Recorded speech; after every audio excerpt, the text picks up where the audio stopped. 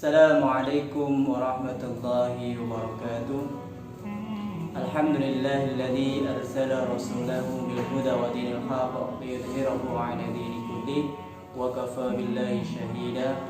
Asyhadu an la ilaha illallah wahdahu la syarika lah wa asyhadu anna Muhammadan 'abduhu wa rasuluhu la nabiyya ba'da.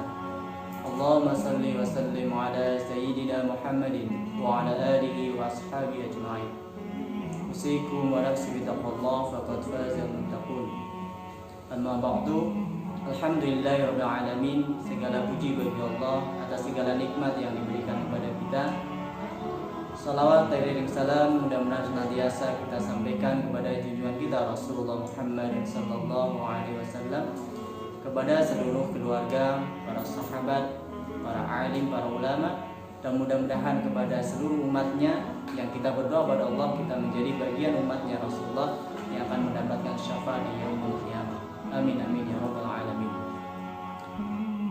Allah Subhanahu wa taala memberikan 3 potensi kepada diri kita sebagai manusia. Yang potensi ini ada beberapa yang tidak diberikan kepada makhluk lain selain manusia. Yang 3 potensi ini juga ketika kita mampu memanfaatkannya dengan baik, maka kita akan menjadi orang-orang yang mulia di sisi Allah Subhanahu wa taala. Tetapi ketika 3 potensi ini tidak dimanfaatkan, tidak dioptimalkan, maka ini juga akan menjadi bumerang, akan menjadi pemberat amal timbangan kita di hadapan Allah Subhanahu wa taala. Apa 3 potensi itu? Yang pertama, Allah memberikan kepada kita potensi akal.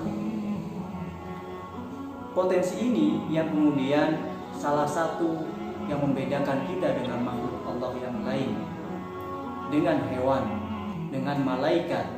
Maka kita salah satunya dimuliakan oleh Allah dengan diberikannya potensi akal. Maka di beberapa ayat Allah Subhanahu wa taala mengingatkan kepada kita, afala tatafakkarun, afala ta'qilun. Karena begitu pentingnya akal yang harus kita optimalkan. Apa fungsi akal itu? Akal berfungsi untuk membedakan antara kebaikan dengan keburukan, antara al-haq dengan al-batil, antara kejahatan dengan kebaikan, kemaksiatan dengan pahala. Maka ketika kita diberikan akal, seharusnya kita mampu membedakan antara yang baik dan buruk, antara yang hak dan yang batil. Ketika kita punya akal, diberi akal oleh Allah, tetapi tidak bisa membedakan antara baik dan buruk, pada hakikatnya kita sama dengan makhluk Allah yang lain, berupa binatang, yang mereka tidak bisa membedakan antara baik dan buruk. Maka di dalam syariat Islam, setiap syariat Islam itu salah satu rukunnya adalah berakal sehat. Karena hanya yang berakal sehatlah yang mampu membedakan antara aktivitas satu dengan aktivitas yang lainnya. Maka akal ini harus kita senantiasa olah, senantiasa optimalkan potensinya supaya menjadi bagian elemen tubuh kita yang bekerja maksimal. Bagaimana cara mengoptimalkan potensi akal ini? Maka kita harus melihat bahwa akal itu perlu nutrisi, perlu suplemen yang namanya ilmu. Ketika akal kita ingin bekerja maksimal, maka harus kita berikan ilmu yang banyak, ilmu yang maksimal. Karena kita bisa membedakan baik dan buruk itu hanya didasari dengan ilmu.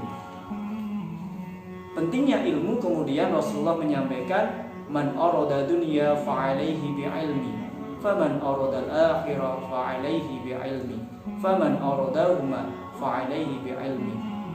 Barang siapa yang ingin bahagia, sukses di dunia, harus dengan ilmu. Sukses di akhirat harus dengan ilmu.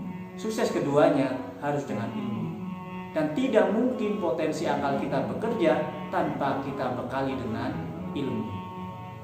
Semakin banyak akal kita diberi nutrisi ilmu, maka insya Allah potensinya akan semakin baik, potensinya akan semakin berkembang.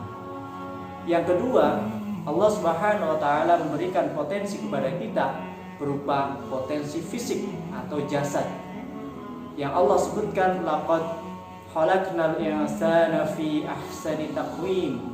Kita manusia diciptakan oleh Allah dengan sebaik-baik penciptaan, dengan kondisi yang sempurna sebagai seorang makhluknya Allah Subhanahu wa Ta'ala. Maka mari kita syukuri potensi fisik ini. Apapun kondisi kita, insya Allah itu yang terbaik dari Allah Subhanahu wa Ta'ala. Potensi fisik ini bisa berkembang dengan baik apabila diberi makan. Apa makanan fisik ini? Ya, makanan yang setiap hari kita makan, makanan yang setiap hari kita nikmati. Tetapi Islam memberikan batasan dalam hal makan. Di sana Allah sangat jelas menyebutkan bahwa batasan seorang mukmin dalam hal makan adalah halalan thayyiban. Bahkan di dalam surat Al-A'raf Allah menyebutkan supaya tidak berlebih-lebihan. Kulu wasrabu wala tusrifu innallaha la yuhibbul musrifin. Makan dan minumlah kamu, tetapi jangan berlebih-lebihan, sebab Allah tidak menyukai orang yang berlebih-lebihan. Maka makanan yang halal akan menyebabkan fisik berkembang dengan baik. Bukan hanya fisik saja yang bisa berkembang dengan baik karena makanan, tetapi akan mengalir kepada akal, sehingga akal akan mudah berkembang. Kalau kemudian makanan kita dari yang haram, maka menyebabkan fisik kita juga terganggu, akal kita juga akan terganggu. Kemudian potensi yang ketiga yang Allah berikan kepada kita adalah potensi hati, al-qalb. Potensi inilah yang kemudian sangat dominan di dalam diri kita. Ibarat sebuah kendaraan, maka hati itu adalah mesinnya. Bagaimana mungkin kendaraan itu akan berjalan dengan baik, berjalan dengan maksimal ketika mesinnya dalam kondisi yang tidak sehat, dalam kondisi yang tidak prima? Maka kita kadang terlewat untuk memberikan porsi kepada hati kita dengan porsi yang maksimal. Apa yang perlu kita lakukan dari hati kita?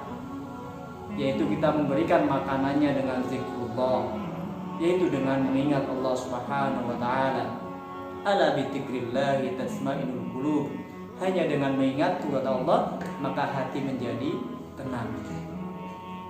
Ketika hati sudah sehat, hati sudah sembuh, hati sudah optimal, insya Allah mampu menggerakkan fisik, walaupun fisiknya sedang sakit, mampu menggerakkan akal supaya lebih maksimal.